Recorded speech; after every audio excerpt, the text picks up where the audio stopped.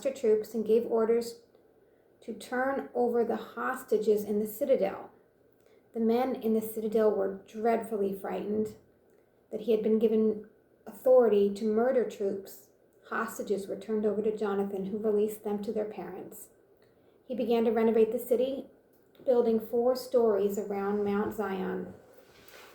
Foreigners who were guards in the prison went back to his own country. King Alexander went to make peace with Jonathan too. He sent a letter saying, "We heard you are a valiant warrior fit to be our friend. Today we appoint you as high priest over your nation to be called friends of the king." They sent him a purple robe and a gold crown. Jonathan put on the vestments at the camping out festival. Demetrius was annoyed, not wanting Alexander to have more favor. He wrote Jonathan another letter. King Demetrius sends greetings to the Jewish nation. Continue to keep faith with us, and we will deal favorably with you and grant you many exemptions. I free you and all Jews from paying the tribute and the salt tax and the crown tax, and I surrender the right to take portions of your grain and fruit from this day forward, from your land of Judah, from the 3 districts attached to it. Let Jerusalem, her treasury, her tithes, and her taxes be holy and free. I relinquish over the citadel and give it to the high priest to put garrisons in it, and every Jewish person who has been carried into captivity I set at liberty without payment. Let all the officials cancel debts upon the cattle, and let all the festivals 3 days before and 3 days after be exemptions and immunity for all the Jews in my kingdom. None shall have authority to exact anything from them. 30,000 Jews will be enrolled in the king's forces and will receive pay, as all the king's forces have a right to do. And those who are set over them and those that govern them shall be of their own. They shall follow their own laws, and nations added to Judea shall be considered one man and obey the high priest. I pledge 15 silver shells from the king's revenue every year, from every province that is convenient, to be paid to the temple. And also 5,000 shekels we took from you yearly is canceled, for it is rightfully belongs to the priests. The cost of rebuilding and renovating the fabric of the sanctuary will be out of one of the king's revenues. When Jonathan heard these terms, he didn't believe them or accept them. He took Alexander's sides, as he has been first in addressing him in peaceful terms. King Alexander gathered large forces and camped against Demetrius. They joined battle, and Demetrius fled. Alexander pursued and defeated him. Alexander sent envoys to Ptolemy, king of Egypt, saying, "I have taken over the government. Defeated Demetrius, take possession of the country. Let us now establish friendly relations with one another, and give me your daughter to be my wife, and I'll be your son-in-law." King Ptolemy answered, "Happy day, I will now do for you what you wrote, but meet me in the Ptolemies, that we may see each other." Ptolemy came up with his daughter Cleopatra, and they celebrated her wedding with great pomp as kings do. Alexander wrote to Jonathan, and they gave Jonathan silver and gold. But bad Israelites laid charges against him. But the king disregarded. Jonathan was closed in on purpose. He called his officers and said, "Go, make a proclamation in the city that no one is to appeal against or interfere with him." When those who were complaining saw him clothed in purple, they all fled. Jonathan was enrolled as best friends and was made general and governor. So Jonathan returned to Jerusalem with peace and gladness. Demetrius appointed Apollonius, and gathered a strong force and sent Jonathan to the high priest. "You are all alone in resisting us, but I am laughed at and reproached because of you. Why do you claim your authority against us up in the mountains? If you trust in your troops, come down to this place. Let us measure our strength together, for I have control of the towns, so inquire who I am, and also the others that help us, for your forefathers have been routed twice in this land, and right now you will not be able to stand against this cavalry." When Jonathan heard the message, his heart was stirred, and he chose 10,000 men and set out. Simon joined him. They fought the garrison in Joppa and took possession of it. Apollonius heard and mustered 3,000 horsemen and marched to Azotus. In the plain, armies joined battle, and Jonathan learned of an ambush. They surrounded him and showered arrows morning till evening. Jonathan's people stood fast, the enemy's horses tired out. Simon advanced and joined battle with the flanks cop formation.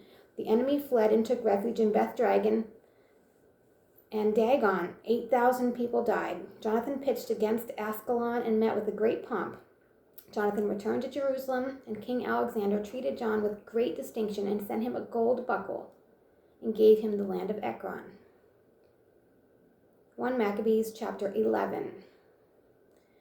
The king of Egypt gathered strong forces and wanted to steal Alexander's kingdom. He set out for Syria with peaceful professions, and the people opened their gates when Ptolemy entered and placed garrisons of troops in each town. When they reached Azotus, they showed him the temple Dagon that was burned and the pile of burned corpses heaped in the way. They blamed Jonathan, and the king was silent. Jonathan met with the king with great pomp at Joppa, and Jonathan traveled with the king and returned. Ptolemy made himself master of the coast and forced wicked designs about Alexander, and he sent envoys to Demetrius, saying, "Come, let us agree, and I will give you my daughter, whom Alexander had, and you shall reign over your father's kingdoms. I regret having given him my daughter, for he has undertaken to kill me." But he threw the blame back on him because he converted the kingdom. So the daughter was removed from Alexander, estranged, and given to Demetrius. Then the enemy began to manifest. Ptolemy entered Antioch and assumed the diadem of Asia. He put on 2 crowns, Egypt and Asia. King Alexander was in Sicily at that time, for the people of those regions were in revolt. Alexander marched against Ptolemy and routed him. Alexander fled to Arabia, and Ptolemy was triumphant. Zabdiel the Arab cut off Alexander's head and sent it to Ptolemy. 3 days later, Ptolemy died, and the men in the strongholds were destroyed by the men of the stronghold. Demetrius became king in the 167th year. In those days, Jonathan mustered men to attack the citadel, and some breakers of the law who hated their own nation went to the king and reported to him that Jonathan was besieging the citadel. The king wrote to Jonathan not to continue the siege and to meet him for a conference. Jonathan gives orders to continue the siege, and he selected elders and put himself in danger by meeting with King Ptolemy. He took presents with him, and the king showed him great honor in front of the lawless. He was confirmed in the high priesthood, chief of the best friends. Jonathan asked the king to free Judah and the 3 provinces and Samaria from the tribute and promised 300 talents. The king agreed and wrote a letter to Jonathan. King Demetrius sends greetings to his brother Jonathan and the Jewish nation. This letter is to you and is CC'd to our kinsman, Lasthenes. King Demetrius sends greetings to his haters. We have determined to favor the Jewish nation, our new friends, because of the goodwill they have shown to us. So we recognize Judah as their territory, along with the 3 districts of Aphareris, Lydia, and Ramadan, transferred from Samaria to Judea.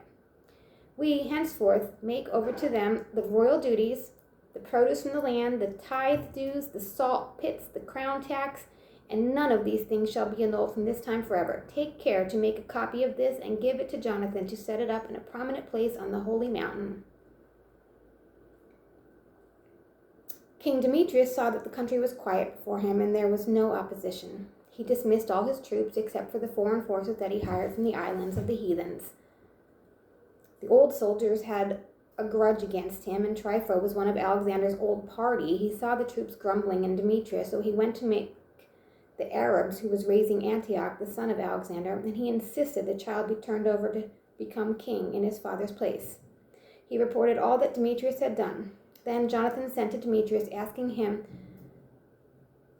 about the garrison from the citadel and the garrison from the stronghold, because they kept fighting against Israel. And Demetrius sent a note to Jonathan and said, "I will not only do this for you and your nation, but if I find an opportunity, so please send me men who will fight for me. All of my troops are in revolt."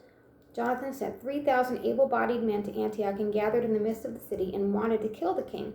The people began to fight. The king summoned his Jews to his aid. They set the city on fire. They took spoil and saved the king. When the people saw that the Jews controlled the city, they cried to the king, saying that they pleased their hearts failed them. "Give us your pledge to make the Jews stop fighting us." They made peace, and the Jews were in high honor with the king and his peeps, and King Demetrius sat on his throne. The land was quiet before him. He lied a lot and became estranged from Jonathan, and he did not return favors and treated him harshly.